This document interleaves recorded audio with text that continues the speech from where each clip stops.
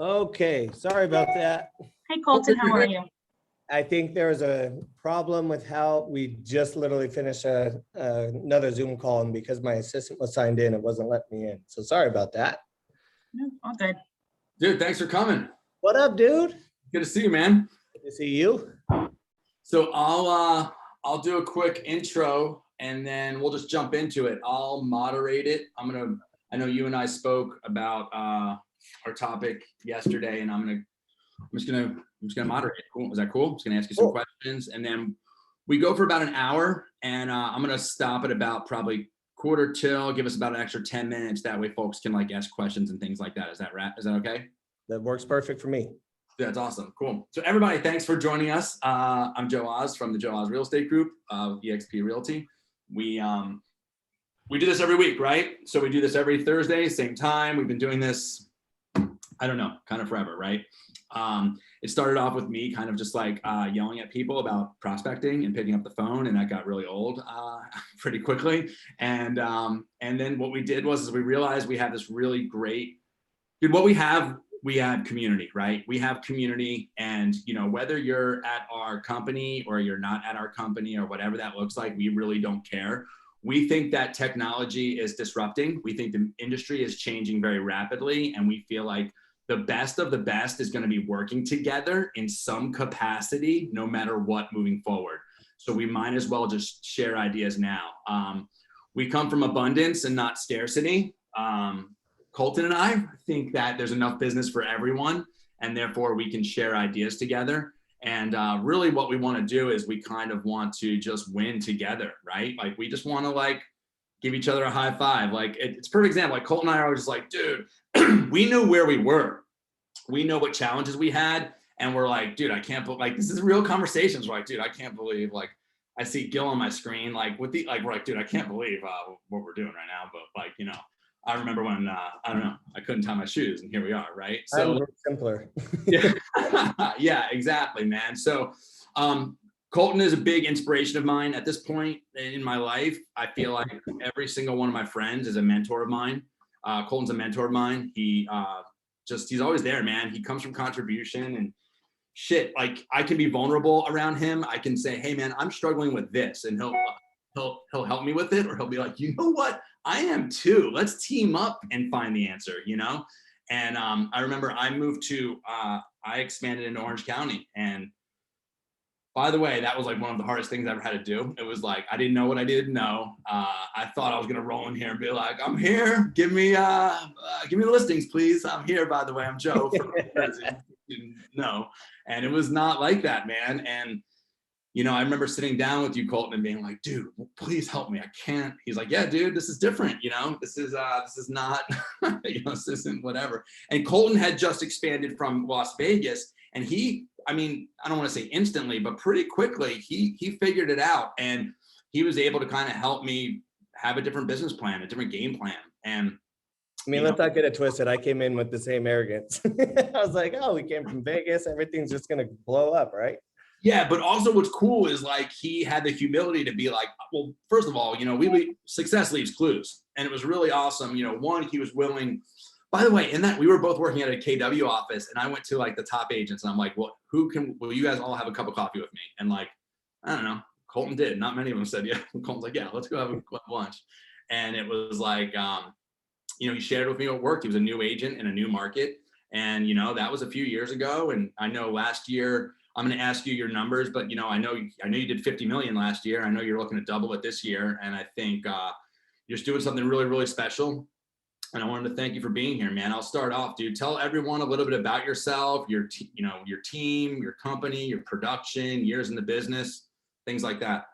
Yeah, so I came from Las Vegas, and Vegas for us, I just hated it. I hated growing up there. It's a hot, miserable piece of shit. Sorry, I do cuss, so forgive me for that. It is just literally hell on earth. And we used to come to Huntington Beach, and we'd go on vacation. And I remember at the time I had a business partner, and I was like, I want to move.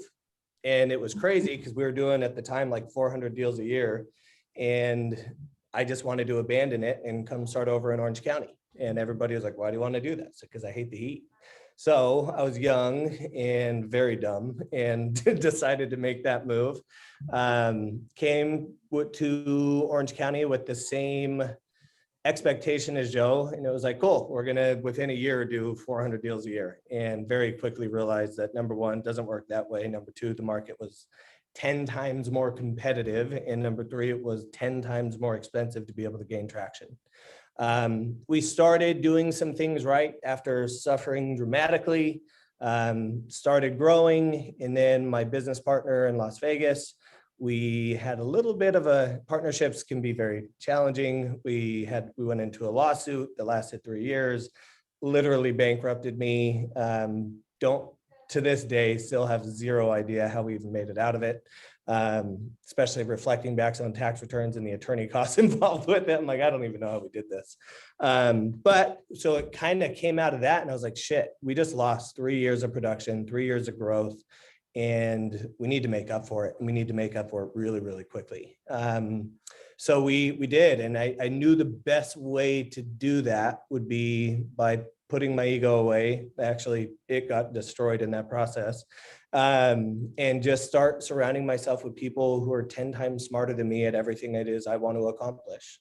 So I found the best coaches for leadership. I found the best coaches for lead conversion. I found the best people who for team building, literally anybody and everybody who I considered to be the industry's best.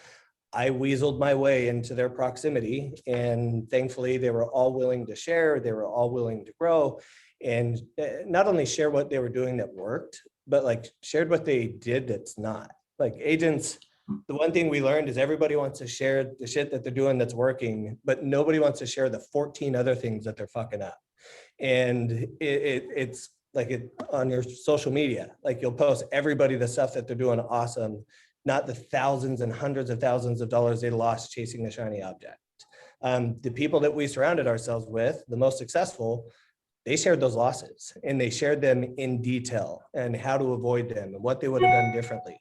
I see Danny Burgess is on here. He and I are in proximity with somebody, Mark Pattison, and that guy just shared everything. And it became literally the rocket fuel that helped us grow and start making up for the losses that we had. Yeah, that's awesome, man. What does your organization look like? Admins, agents, 4 months ago, it was food delivery services. 4 months ago, it was just myself and 3 agents. And we had an assistant, and I put that in quotations because she did everything. She was an ISA, she was a director of operations, she was the person that kept my mess of a personal life in order. Like she just literally was everything. We secured a bunch of partnerships that were going to require us to grow very quickly. So now we're up to 18 agents. We have a director of operations. We have a full-time ISA, and we've implemented and hired our first showing partner.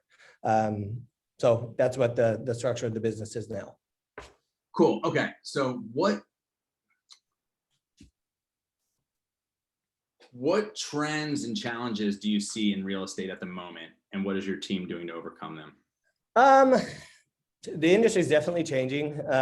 We've always been a huge online lead generator. And the reason, honestly, is just because I'm lazy. I don't want to go door knock. I don't want to go hold open houses. I got into real estate when I was really young. So those hangovers always made that a horrible experience. So I just didn't like doing any of the normal stuff. I didn't want to door knock. I didn't want to go be a slimy salesperson. Like I just wanted leads to come in, and I wanted me to be able to develop relationships with those. And I wanted to be able to, again, lazy, give them to our agents, train our agents, help them convert more business. And by default, we became just not even intentionally, accidentally just became an online lead business. And back when we were doing it, everybody talked shit on online leads, and everybody would say, oh, you're buying your leads. If you're a geographic farmer, you're buying your leads. There's a cost for client acquisition. You're just throwing shit on people's doorstep or in their mailbox. Same thing. So now that the business has started to change so much, and these partnerships with Flex and Veterans United and Realtor.com, Up City, now that they've really become kind of the way that everybody knows the future is going, fortunately, we're already geared for it. So where I think it's going, Tom Ferry says it. If you're not on a team, you're either going to own a team or you're going to be on one. It's one of the two, and the solo agent's gone. And I believe that. I do believe that that is the way of the future, and you have a choice to make. Number one, I don't think there's a wrong choice. Sometimes I even wonder why I want to do what we're doing. And that sometimes just being an agent who can focus on production would be so much better. But it's becoming very intentional about where we're going to be with the industry that's evolving the way that it's evolving. Dude, that's awesome, man. That's a great segue into Gil, our director of sales, is on this call, right? And we're talking to we talk to a lot of agents, man, every day, right? And our job is to lead and to coach, right? And we need to know what's going on in the market, right? And so we have our finger on the pulse of what agents are saying, right? And that's a great segue. What we're seeing is that tipping point. So the Tom Ferry thing that you just said, I've heard that for years, man. And like, I was like, I mean, I get it, but I'm like, The tipping point, we feel that the tipping point is 100% here, where it's like the agent just doesn't see the value. So the agent just does not see the value in the brokerage at all. Like going and hang your license at Remax or Coldwell Bank or whatever, it's just not there, right? Like they're like, you know what? Specifically, 3 people we talked to this week were like, hey, we're interviewing teams. They weren't like, we're interviewing offices. Like, hey, I'm interviewing to be on a team. How do you show value to an agent on a real estate team where like a brokerage can't? Aren't they just like hanging a license with you, or aren't they just like, isn't it the same thing? I mean, for us, it just became a matter. I think a ton of people start teams, and truthfully, my mindset and perspective on this was what I'm going to tell you is the absolute wrong way. I want to build a team and I want to become successful because of their efforts. And honestly, it's such an ass backwards approach because it puts you before the team, and putting you before the team causes constant turnover. When we became super intentional about making my success dependent on the success of my team, that's when things really started to shift, because I no longer thought that any of my team worked for me. I became very intentional and understood that I work for them. And if there is no them, there 100% is no me. And the thing that we learned really quickly is how much time and effort it goes into creating a team, building the systems, the expense that's involved with it. If you don't have a team now and you are on a team, a lot of people will just be like, oh, it's cheap, it's easy, these guys are making all this money. It's unbelievably expensive to build it, and build it the right way that's going to retain agents. And so with that being said, we just really started like the coaching call. I just hired one who I consider to be one of the best online lead conversion coaches in the world. And he's an absolute fortune, but he's an investment into my team. Because secondly, I'll say it's like your parent. Your parent will tell you to do something 4,000 times, and then your dad's best friend's like, hey, you should do this. You're like, God, he's a genius. So like you'll just listen to other people and their perspective in a totally different way. So we started really investing in the team, giving them opportunity. And then we'd give opportunity, but we'd realize without preparation, opportunity is shit. So that's when we realized we really got to focus on standardizing the entire process. Like how, when a lead comes in, appointment set rates, appointment met rates, contract written rates, closed escrow, fallout rates, all of these things became very important to us. And I'll never forget my very first coaching call that I had. I had a coach that told me I had to track all that. And I fired her. I was like, I'm not doing that shit. It's stupid. It's just absolutely stupid. Who's going to track all this?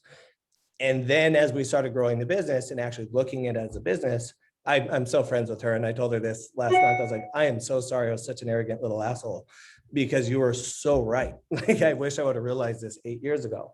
So we just started really focusing on developing and building the team. I've had people that have been really concerned with, if you spend so much time and if you give them all the transparency and you show them everything that you do to be successful, they leave. And I think it's Richard Branson that says the idea, like, I don't want to screw up the quote, but what happens if we teach everything and they leave? And it says, what happens if we don't and they stay?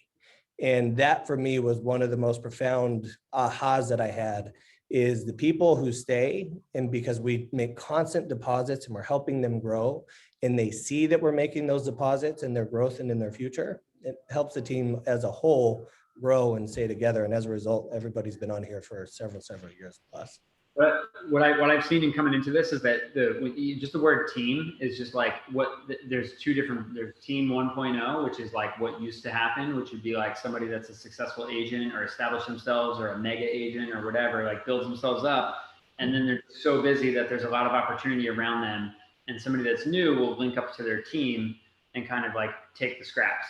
Yeah. And that's a limited thing, and there's limited value. And once you do a few deals, then there's the churn there where it's just like, yo, I know how to do a deal now. Why am I operating on this team split or whatever, versus a business that's generating a machine and has all this leverage around it and is a sustainable thing that creates more of a platform for somebody else's success and takes away all of the inefficiencies and things. Like if you do that, if you can nail that piece of it right and actually do that, it's like you're a part of a business as opposed to what would be called they're two totally different things. The same way that somebody that just got their real estate license and shows up to list their mom's house is different than, Colton, Whitney, or Dan Beer showing up for the listing appointment in their whatever, or Sam Marks, or somebody that's just like on their game and has 50 transactions in the last 12 weeks.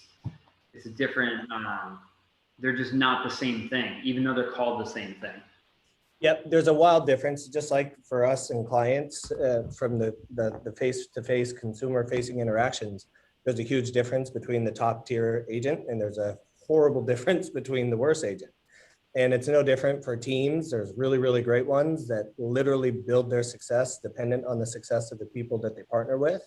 And then I've got friends who I love and they're wildly successful, but their office is a brothel. I mean, you got people walking in and out of that place on a daily basis. And it's one of my best friends. I never know who's in that office. And it's because they feed them shit and want them to call it caviar. And people get tired of that. Like people want genuine opportunity and they want you to see, like they need transparency. One of the things that we started doing was giving our profit and loss on a monthly basis to the team. And one of the new agents that came on had zero clue, because we spend a lot of money in coaching, because I've realized how extremely beneficial it is. And he's like, I had no clue that you guys spent this. Like he knew we had it. I don't know if he just thought it was free, but thank God we started giving the profit and loss. He's like, this gave me a completely different perspective on even my previous team that I was on. He's like, I just never knew that it was this expensive. I just kind of always thought that the phone rang. So yeah, I mean, it's definitely an evolving process and we're learning from it. And we're definitely not doing anything perfect, but we're enjoying it. It's awesome, dude. So thanks for that. So I'm gonna get into the meat potatoes here, dude. Where do your leads come from, Colton, Whitney? Why do you sell so many houses? Give us the goods. So leads come, everything's online. And of course we focus really, really heavily on Sphere and PC and all that stuff, but you all can Google that and figure that stuff out. Our stuff that we really, really focus on is like PC, pay-per-click PPC. PPC is something that I think a lot of people consider to be shit, but it really is gold if you have the right systems in place. About half, the challenge with PPC is people don't have the longevity for it. So they have the wrong expectation of the lead. They expect a PPC lead to perform the same way that they expect a Zillow lead or a platform lead, and they simply don't. There's different life cycles associated with each of the leads, and it's because how the lead is gathered. So for PPC, we consider that catching them way upstream. We capture those leads way before they get to Zillow, way before they get to Realtor.com or Redfin. We capture them because they're so intentional. They typed in homes for sale in Irvine because they're just starting to do their due diligence and they're just starting to start their discovery phase of. That would be, Colton, that would be like a YLOPO, right? Like a YLOPO. So we run YLOPO, we run multiple sources on them, but it's all the same thing. Google Ads. So yeah, like the YLOPO lead. If you're really, really good, 1% of your PPC leads will convert within the first year. And most people don't have the patience and or don't buy enough for that to be a meaningful amount. About 1.5% of PPC leads, and this is through our numbers, convert in the second year. And we've been able to squeak out another 1% in the third year. And it's all in automation. Like the reason nobody wants to pay attention to PPC is because they really are unresponsive. They don't answer their phone. You can't ever get a hold of them, but they are paying attention and you just have no idea about it. Zillow, super intentional buyers, Realtor.com, very intentional. because they're on a real estate website looking for real estate, clicking on a property saying, I want to see this house. That is somebody who's way more intentional than a PPC lead who came in, we drug them into our website, they started clicking on photos, and in order to see the pretty house that they wanted to see, I made them type in their information. It's a forced registration. So naturally, that's going to be a lesser quality of lead, but it costs, right now, our average cost per lead is about 10%. It is about $10. It's by far our highest returning investment because it's so unbelievably cheap to generate leads this way. But everybody has the wrong expectations of the leads. They expect them to convert like Zillow. They say that the leads suck. And the reality of it is, if you have the right systems built for them, PPC 100% is our way of the future. Zillow, which is fantastic, gives us a ton of the ready, now, and willing and able to go business. But now they take a 35% referral fee. And what's Zillow Flex? What's the difference between that and Zillow? So Zillow got really smart, and agents hate them for it. And whether you hate them or not, and people will say, you're feeding the beast. They're not going anywhere. So that's, they're here to stay. Zillow started no different than Uber. They understood that when a consumer goes to their site, they need to ensure that the independent contractor that they're giving that contact to is facilitating the ride very well. It's a clean car, they're very friendly, they didn't rob you on the way out. Because if they did, you hopped in an Uber, your Uber driver stole your purse, you're probably going to blame Uber. And what was happening with Zillow is you'd put a credit card on file, they'd get a bunch of leads, and nobody would even call them back. So imagine if you went to Uber, you requested a car and it never showed up. Do you keep going to Zillow's website or Uber's website? No, you're going to go to somebody else who actually gets people to respond and people who are professional. So Zillow started taking a very similar approach, and they're going to very soon. They haven't announced it, but we all know it's coming. You won't be able to pay for Zillow. And it's already starting to affect a lot of agents who are on Premier. They haven't acknowledged it yet, but most agents who are paying for their leads have noticed a dramatic decrease in performance. And the reason being is because we would assume that Zillow's algorithm is pushing more of the leads and more of the better opportunities to the Flex partners because they make a referral fee, 35%, as opposed to a cost per lead delivery expense. So they just give you a ton of leads. They expect the team to be able to scale and grow, which is what we're doing right now. And it's a great lead source, but the return on investment is dramatically less than it is with PPC. I think Danny's raising his hand. What up, Danny? What's up, peeps? I don't know if any of you guys saw this, but I was just in my bathroom. My video clicked on, and I had no top on. So I apologize. We saw your wiener. It's totally cool though. I'm so mad I missed it. Wasn't much to look at. Yeah, I was gonna say, no way you saw this over this tiny camera. So this whole concept. So I was just on the call with one of the top Zillow West Coast managers. I don't know exactly what his title is, but he said that as of this year, 20% of all Zillow leads are going to Flex partners, and they're aiming to get up to 40 or 50% through next year. So, Yeah. That's their pure intention, and that's just something we all should keep in mind. And if you're not on Flex, that should be a big goal of yours for sure. They were on 100, they had 108,000 Premier agents. And again, you don't have to like Zillow, but at the end of the day, just have the choice. And there was 108,000 Premier agents. Within the next 4 years, they're anticipating that it'll just be down to about 5,000 to 6,000 Flex partners. So they are very intentionally choosing to work with people who have a proven track record of being able to convert, being able to turn these opportunities into closed transactions.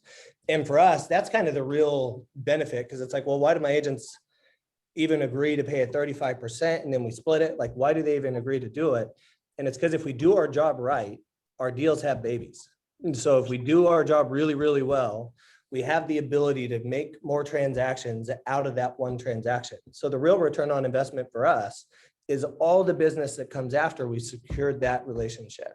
So it's an unbelievably fast way to scale your business. But for us, it can change at any given point in time. So for every Flex lead we have coming in, I'm making sure that we have 3 PPC leads for every 1 Flex lead that comes in. because I don't want anything to change. I want to build a little moat around my castle as much as we can. Because if we bring on 150 agents, I need to make sure that if something changes with Flex, which Zillow has a history of changing things, if it changes, I don't want to have 150 people that all of a sudden have no money, have no income, have no ability to generate business. My job as their team lead is to make sure that I'm investing for them, to make sure that that business is going to continue for them in the future, regardless of what happens. Joe, are you frozen like that? Are you? No, dude. No, I'm psyched on what you're saying. No, what you're saying is cool, man. I'm glad I asked you to be here, man, because you. By the way, you guys, this is like who we run with, right? Like these are like forward-thinking people, and I don't know, Colton. I have a man crush. I love you. You make me feel good, at least. No, man, cool, man. Like, by the way, guys, Colton, like, I'm the guy, dude. I'm the Gary Keller guy, dude. I'm the guy that's like, we don't pay for leads. We are not Zillow. I'm giving him a middle finger. Colton's like, dude, like, I loved how you said like your deals have babies, right? So in our organization, we do a shit ton of sphere of influence and past clients, right? I've been doing this for over 10. And we do like 4 or 5 client events a year. We mail to our clients in our database strategically. If you can mute yourself if you're not muted. So like what's happening now is these funnel partners, right? What they're doing is they're just introducing us to people. And if we just love on them and treat them great and just give them an awesome experience, it's about customers. It's over customer service over sales, right? And then they're gonna refer us, and it's just a really great way to get in front of people. But I love how you're saying that deals maybe we list about a house a week, right? And like our last 2 houses we list the last 2 weeks, Jill Keating on our team sold them. You know what I mean? Like the deals make other deals, right? And so it's just awesome, man. This shit gets me excited, dude. I guess that was my next question too. Like it's funny, man. It's like we're sharing a brain, right? Like it just segues. So what you're telling me is these channel sources, these internet leads that are garbage and suck and they don't convert, these create a database for you? Is that what you're telling me? Yeah, it's weird, but it's like. Then what do you do with that database? Do you like talk to it and like send it a postcard and like invite it to happy hour? Yeah, we do nurture it. Well, and the funny, so I'll say like in anything I'm telling you is because I've royally fucked it up. Like, so none of this comes from any type of like, the only reason I know is because we lost a ton of money, realized how badly we were screwing it up, listened to somebody who was doing it a lot better, implemented that and fixed it. So we were generating a ton of leads, and the answer was always like, oh, okay, we need to generate more leads because we need to close more business. When in hindsight, it's like, no, idiot, you got to be better at converting leads. You have to have better systems. You have to have better organization of your database. So dude, I realized that I'm having all these ahas. All these ahas come from talking to people like you, right? That's why I get excited. But it's like, I never had a lead generation problem. I had a systems and a models and just needed the like people to come in the right model to follow up with them. Yeah. So I'm sure someone's going to ask this question. I'm just going to answer right now. How do you get Zillow Flex? So you can't ask, they have to choose you. And it is really tough. Like we were told I wanted it, and I went to my growth advisor and I was like, hey, I want it. And he was like, good for you. So does everybody else. And I was like, oh, okay. Well, can I buy it? And he's like, no, can't. You literally have to be chosen. And that's just the way that this works. So I was like, okay, well, what do I got to do to be chosen? He's like, truthfully, most of the people have already been selected for it. You're probably not going to be able to get it. So I was like, give us some time. I was like, how much time do we got? So literally, and this may have been really, really dumb. Thankfully, it just worked out. I committed an expense that I could not afford to make sure that they immediately put us at the top of that list. Like I needed to make sure that it was going to be an amount and that absolutely jumped on their radar and made it so we were spending more money than anybody else. Really, really dumb. Probably not the best strategy, but it worked out really well. So we did end up getting tapped on the shoulder. They interview you. And it's changed now that we've had it. They're opening up the parameters because what they were doing, and they'll admit, like they've made major mistakes. They were hiring teams. They would double your lead flow every month, and they would expect the conversion and the performance to maintain at the same level when you were 5 as what the performance is when you're 100. And that we all know just doesn't happen. Like the majority of agents love agents aren't that great at lead conversion. And when you have a system and a business that's built subject on the agent's ability to convert leads, performance sucks. And if your performance sucks, the Premier Agent model is more profitable for Zillow than the Flex model. So now they are re-gearing, slowing down people's growth, making sure that they perform, that they slowly and organically grow into the lead volume. So now, as long as you just have a spend, it can't be like 500 or $1,000. You're gonna have to spend some meaningful money. The cost per connection here, I think, is $1,300 to $1,500 per live connection. So it's really expensive, but as long as you get on their radar and you show and prove an ability to convert leads in a really, really meaningful way, they'll tap you on the shoulder for it. But then the key is just making sure that you have the operations in place to be able to scale efficiently and quickly while maintaining the funnel metrics, what we call funnel metrics. So lead received, appointment set, appointment met, contracts written, contracts closed.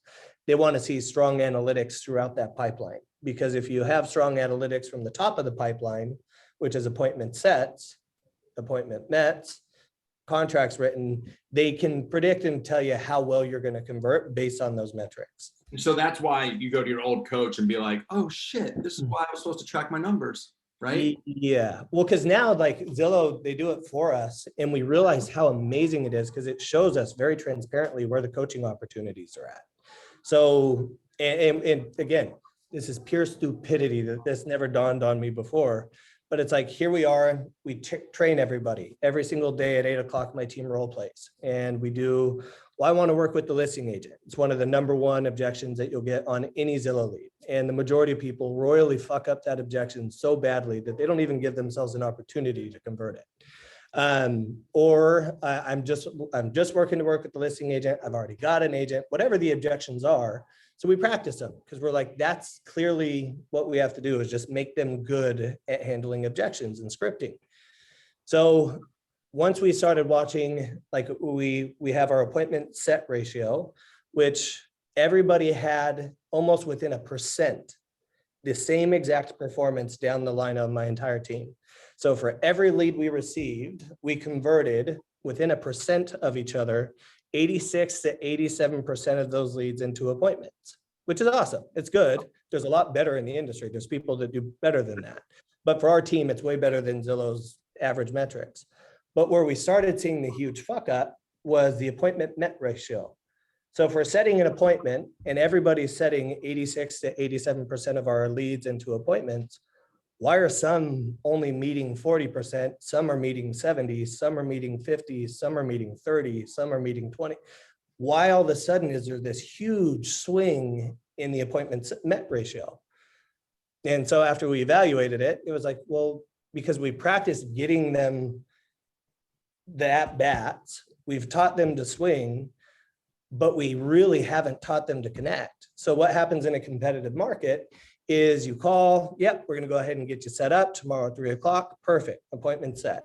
Call the listing agent, sorry fucker, it sold with 30 offers and it was gone 3 weeks ago. Oh, so where the screw up started happening was, what did the agent do from that point? Did they text the person and say, and this seems so stupid and we should have realized that earlier, what was everybody doing to make sure that we set that appointment? Some agents are texting saying, sorry, it's not available. Let me know if there's anything else you want to see. Some of them were picking up the phone and saying, hey, sorry, it wasn't available. Tell me a little bit more about what you're looking for and I'll send you some other options. Not bad, but still shitty. Versus the agents on our team who were, hey, that property is not available, but I found 3 others in the neighborhood that are. I went ahead and set you up on those appointments. Let's go ahead and see those ones instead. So let me ask you this, man. What about people who say like these leads are like tire kickers, or like they're not really good leads? You're bad at asking questions. Tell me more. So it's really, you can't, and this comes from my lead conversion, Robbie T, the guy's just an absolute genius. You can't influence somebody without first understanding what's already influencing them. So in order to influence and help people get to where they want to go, you got to know where they want to go and why they want to get there.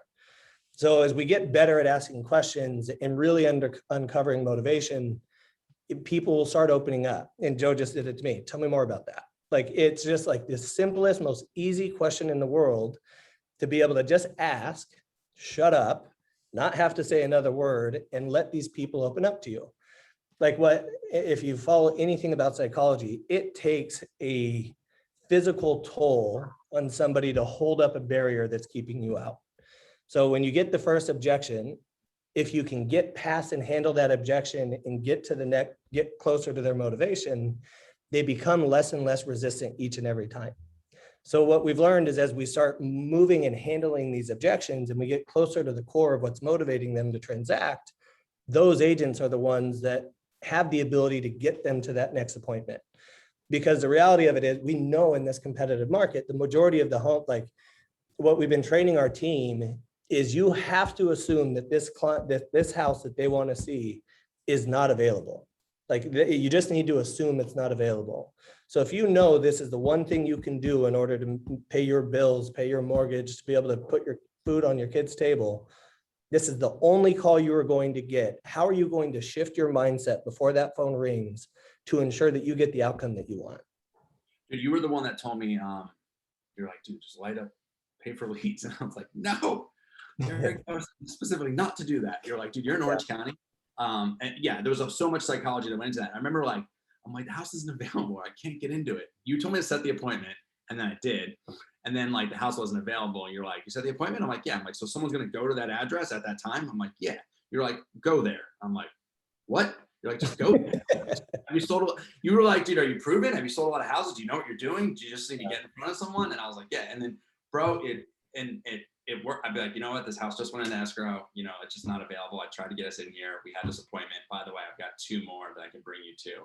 And then there were times when, like, if the market was crazy, I would just go there and just be like, by the way, if they're calling you, if they're calling Zillow, they trust Zillow, by the way. Zillow's the person that they know, they like, and they trust, right? Until you get in front of them, and that pretty much like a handoff of the baton. Like, if you get in front of them, now you have an opportunity for them to, now they know who you are.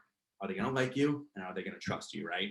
And these people are frustrated, right? And when you have the conversation with them, like, hey, this house, holy crap, you know, I had an appointment, it's just not available. I'd love to get you in there, but you know, I have a couple others. They're going to be frustrated, but they need help, man, right? Like, hey, and if you just interrogate reality and just say, hey, I understand you're frustrated. What's your experience been like so far? And shut, right? Like, and that's the leading question that Colton was talking about, is like, and then be like, you know what, I get it. And then if you just meet people where they are, like, dude, I get it, man. And you know what? Like, me and my wife just bought a house, you know, and it took us I say a year, it probably took us 8 months to just, like, we were bidding, but we're doing the same thing everybody else was. And by the way, I could sell a lot of houses, but dude, when it comes to my primary residence, I get really emotional. I get really emotional and I get really upset. And and so I'm the biggest nightmare of a client. Like, it's so funny because when you're your own client, you're like, God, I would fire me. Like, I know Jeff Gray. I called Jeff Gray and I'm like, dude, will you just sell me a house, dude? I can't fucking deal with this. Will you be my realtor? And he walked me through the whole, he's like, all right, Joe, well, what's your walk away number? And I'm like, I don't know, I'll pay this much. And he's like, all right. and that's kind of like the online leads, the most, like, the thing that we've learned is, number one, dramatically adjusting our expectations and what we want to come out of them. Because if you're smart, you're absolutely investing into multiple different, like, the referral based leads are fantastic. They're great. They create compound interest. You can scale, you can create more business off of them. You can build a lot more successful agent. It's just all great. However, the return on investment is substantially less. So we have to focus heavily on Sphere. You have to reinvest heavily into PPC. Problem with PPC is nobody has the patience or the systems in place to do it. They just ran a big test, and like, PPC leads were coming in. ISA departments were spending hours calling PPC leads, burning literally hours and hours making phone calls. Then they took 1,000 leads that they did call, and then they removed, for the next 1,000 leads, the call function. Guess what happened to conversion? It stayed the exact fucking same. Removing the call, conversion stayed the exact same, because they utilize text message and automation, and you use Raya through Ylopo, or you use who I use, which is Hatch Systems for their drip campaigns. It's the exact same. So it's like, why am I paying my ISA to make all these phone calls if nobody's answering the phone? And again, should have realized this way earlier, but I'm dumb and didn't. So we had to eventually figure it out. And like, okay, so we just removed the call. Stop calling people like our problem was we always wanted to turn shit into gold. And in that process, we turned gold into shit because we just focused on leads that weren't going to convert. And we were obsessed with making sure that everybody, like that guy who is looking for a 4-bedroom in Orange County for $300,000, that doesn't exist. So we got to be okay saying, hey, can't help you. And we can have the conversation with them and be an advisor. Look, unicorns don't exist. You either need to dramatically adjust your expectations, increase your price point, or expand on your criteria. But without one or multiple of those things, I'm not going to be able to find you a home. And frankly, I don't want to be associated with your disappointment. I want any of your involvement with my office to be a positive outcome. And if I tell you that I'm going to be able to find you this, I'm lying to you and I'm just wasting your time. So and you can part with the relationship there and people they'll appreciate it. But I also don't want to use all our bandwidth focusing on leads that aren't going to convert. So literally 95% of our time is dedicated to 10% of our leads. So, dude, so what I'm hearing is, number one, what's important is just having your expectations with the leads and having a plan, right? Yep. Just understanding when they transact and understanding when and what to do with them, right? How do we touch them? How do we not touch them? And then we have a plan for that. Number two is just practice and preparation, right? And number three is just making sure that you get in front of them, right? No matter what it takes to create the relationship, right? Yep. We become obsessed from like a 101 basic level, become obsessed with separating and categorizing your leads into timeframes. And then you have to prescribe yourself a cadence that you're going to follow up for each of the different timeframes. So if an A lead for us is 0 to 30 days, we make sure that we contact them at minimum 3, what we call hard touches per week. Follow up B, 30 to 90 days, 180, 90 to 180, 180 plus. If you follow up with the follow-up D at the same cadence that you follow up with the follow-up A, you get blocked, you're going to be annoying, and they're not going to want to deal with you. So you meet them where they are. You apply the pressure that's appropriate for their time frame and what their motivations are. Everybody focuses on the follow-up A's. Where we crush it for Zillow and why they love us is everybody focuses on the now business. And frankly, you can build an absolute fortune on the now business. But we really, really focus on the people that are 6 months, a year out. Those opportunities are the ones that are the absolute easiest to become in relationship with, because you're the only person who's paying attention to them when they knew they weren't ready. And as soon as we gave our clients permission to understand, it doesn't matter if it's today or 10 years from now, my goal and my job is just to make sure that I help you where it's needed and that I earn the privilege of being the person that you think of when the time comes. That's awesome. I want to squeeze a couple other questions in here. This is all really great stuff, man. What are the standards and expectations that you have for the agents on your team? They have to maintain appointment set ratios. We have to maintain appointment met ratios, and they have to maintain contracts written. The problem is if you don't track those things, number one, you're going to be a horrible leader. You're going to be a horrible leader to them, because if you can't help them self-discover where they're falling short, you're a horrible leader. They're not bad agents. You just suck at identifying where you can help them. Contracts written, appointments set. What was the third one? So appointments set, appointments met, contracts written, and then contracts closed. And by identifying those numbers and conversions and metrics, you can quickly find out where they need to be built up. So if they're meeting a lot of people, but they're not writing a lot of contracts, it's because something that's happening when they're meeting with them, which is maybe they're on their phone. Like, we've had to standardize this entire process. So when you walk in the house, what do you say? What do you do? How do you end the appointment? And 99.9% of the time, when we have an agent who's not writing a lot of contracts, it's because they're doing something that's against what we have standardized in the process. We identify what that is. But where we also screwed up is we tell them do this, and then we expect them to implement it and do it the way that I just recited. That was one of our biggest fuck ups. I'm a horrible golfer, I'm not good at all. And I could watch 1,000 hours of Tiger Woods back when he was good. I could watch 1,000 hours of Tiger Woods playing golf. And I guarantee you the second I pick up a club, I'm going to be a shitty golfer. As opposed to if I spent 2 hours with Tiger Woods, with him adjusting my stroke, adjusting my head position, whatever you do to be a good golfer. I don't know. It's an analogy I probably shouldn't even use because I don't know how to be a good golfer. But if I actually spent time with somebody adjusting me and critiquing me and helping me be better and showing me what I'm doing wrong, I'm going to become a golfer dramatically faster. Can we all agree with that? Yeah. So we tell our agents how to do it, but then we don't watch them do it so we can coach them and showing them what they're doing differently. That's such good advice, man. So it became to, you watch me, I watch you, and when we're both comfortable, then you go do.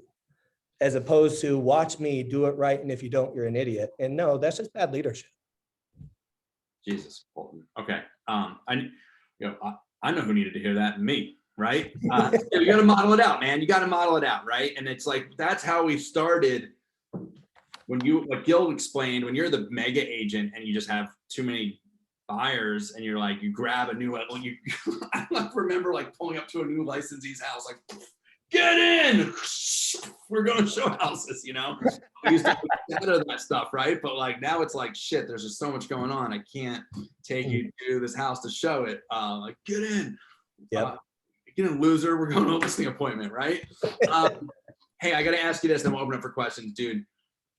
Everybody knows you have like awesome culture in your organization, dude. What do you do for culture, man? Because I know that like people want to feel a part of something, and I know that that's what's felt in your world, man. How do you do that? Honestly, so we have no plan. We have no strategy. We're very transparent. It really, what I learned was whenever I tried to go find an agent and just bring somebody in, we were a horrible fit. Like we'd come in, like I've never had an agent, just like we show up to your client, a brand new agent's going to show up and they're going to be the best agent in the world. They're never going to say, I suck. I have no idea what I'm doing. I'm the worst. I'm horrible. I've never had an agent tell me I'm not disciplined. I don't like to be held accountable. I don't have the ability to be coached. I don't like listening and taking instruction. I won't make my phone calls. I'm going to be horrible with the scripting. I'm not going to implement anything that you tell. Like none of that is said. So what would happen is we'd bring people on, they'd say they're fantastic, they're motivated, they're disciplined, they've got the grit, they've got the grind, they've got everything that it's going to take to be successful. And then they get immersed into our culture, which is a very, very accountable culture. Joe knows me, we run a very, very disciplined office, but it's fun. Like everybody's been here and stays because we love each other, we go out together, we're friends together. But what I found was all the best people came from social media. And I was being super unintentional about my schedule and my routine. And it was my coach who was like, dude, you got to post your routine. You got to post when you wake up every morning. You got to post what you do with your huddles every single day. You got to post the numbers. You got to post the accountability because you are going to attract people that are turned on by that.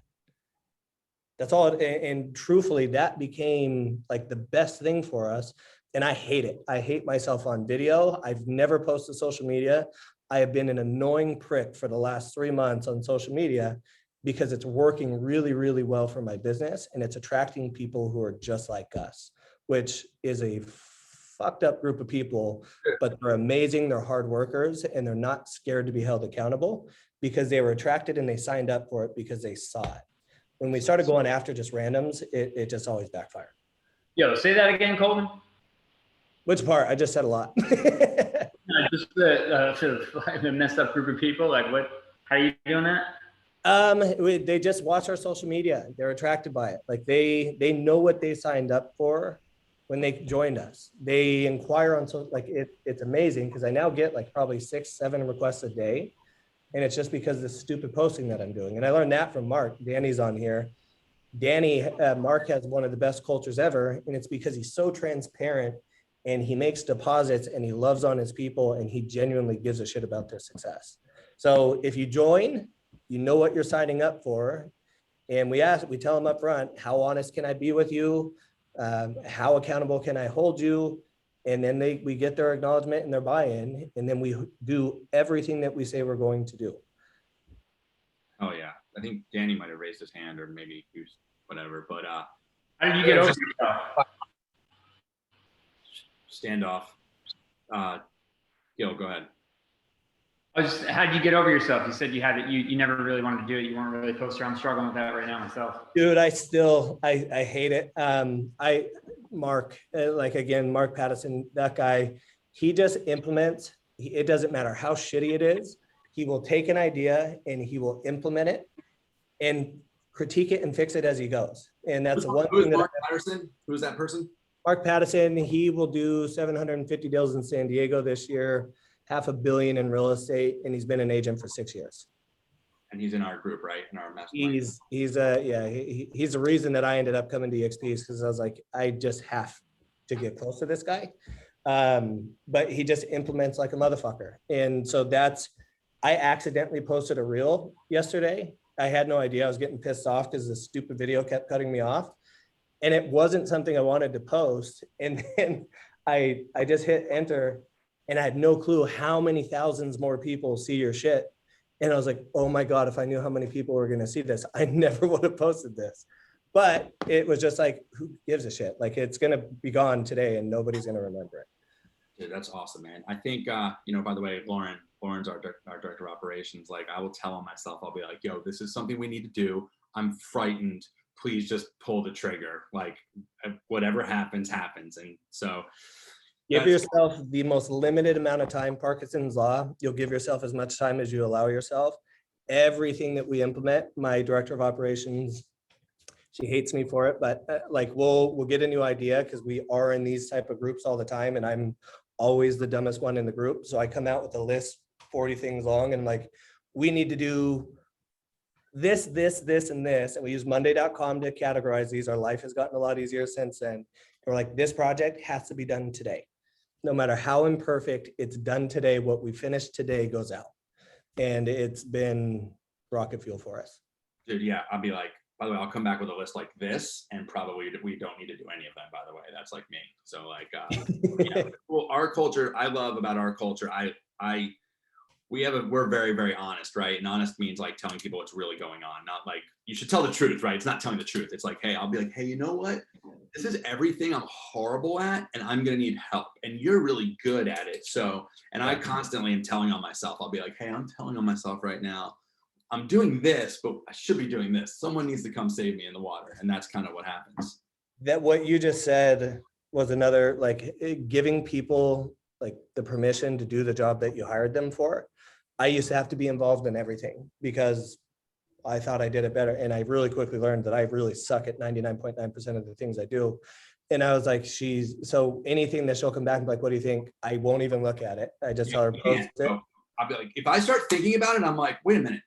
You're like, it doesn't matter. I don't know what I'm doing. You're way smarter than I am, right? Like, and that's the thing, man, is like just surrounding yourself with those people. And like, even my relationship with you, I'll be like, Colton, do I do this? You're like, yeah. And I remember I'll text you again and be like, are you sure this is what we should do? You're like, you did. I still have the text. You're like, you can tell me to shut up and I'll do it. But this is what I need to be doing. Yes. All right, I'm gonna open up for, dude, we got like 5 more minutes, dude. Colton, this was awesome. I have a ton of energy. This is how I want to start my day. Iron definitely sharpens iron. Who has some questions? Somebody share an aha.